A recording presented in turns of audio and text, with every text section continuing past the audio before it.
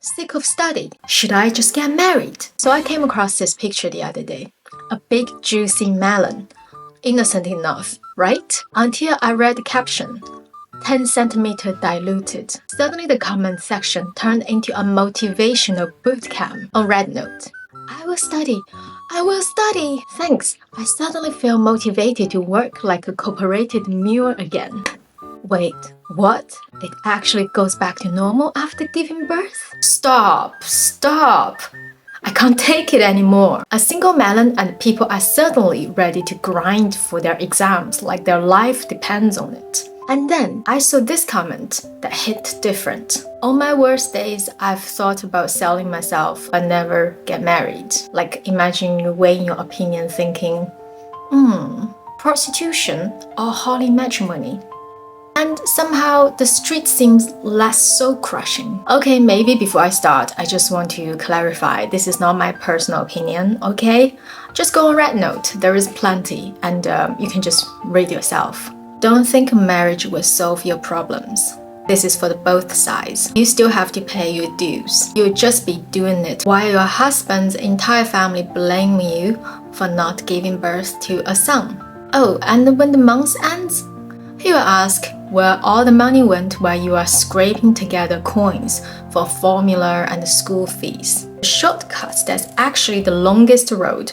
No matter how exhausted you are, don't think getting married and having kids will give you an easy out. Don't let a weak moment trick you into giving up on yourself. Don't take the shortcuts because sometimes the shortcuts is actually the longest road. Honestly, that line should be cut into stones. Getting married because you are tired of studying and working hard is like quitting your job and moving into a haunted house. Sure, like you're no longer tired from working and studying, but now you're tired from being possessed by regret. You know why so many women would rather work themselves to death than getting married? Because marriage and motherhood sound a lot like working overtime with no pay, no breaks, and no HR department. Think about like when your boss yelled at you, you can quit your job if you don't like him, but can you quit your husband? Well, like you can, but you need to divorce, right? And then if you're hiring a lawyer, it will really make you broke. Your job pays you for your labor. You don't get paid when you are in labor. And let's be real. At work, you might be overworked, but at least there is a paycheck at the end. At home, you could be bleeding, breastfeeding, and not sleeping. But still some auntie or even your own mom can still ask, why you haven't learned cooking your baby or your husband the favorite dish yet? Okay, I know this is more from my culture, probably a bit different in the West. Having the fantasy of marriage has completely shattered for a lot of women. It used to be, find a man who will take care of you. It sounds so grim nowadays. Loads of my friends just want to find a man who is normal. Normal means, just normal, okay? Just normal, please. And if you think marriage is hard, wait until you unlock the motherhood expansion pack. Yay! Because once you are a mom, you still have to study. Unfortunately, you'll just be doing it while crying, bleeding, and breastfeeding with a baby in one arm and a textbook in the other hand and bleeding underneath. Maybe your heart is bleeding too. You ever tried learning Excel's formulas while a toddler is throwing Legos at your face? That's the real hardcore mode. And the worst part, it's so realistic, like painfully realistic. And you know what's even darker when people throw, you chose this yourself, you chose it.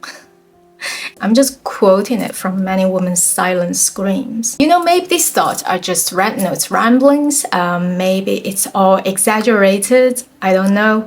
Maybe the comments are just venting, a mixture of anger, sadness, and dark humor, or maybe they are painfully real. I don't know. I do appreciate those women who wrote them because sometimes seeing those raw, unfiltered thoughts and maybe sometimes a bit sharp, a bit mean, it doesn't represent everyone.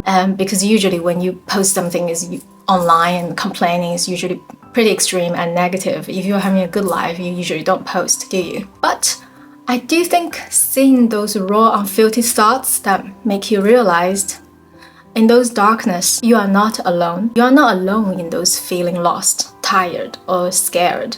And that's worth something. Anyway, thank you so much for watching. Take care of yourself and bye.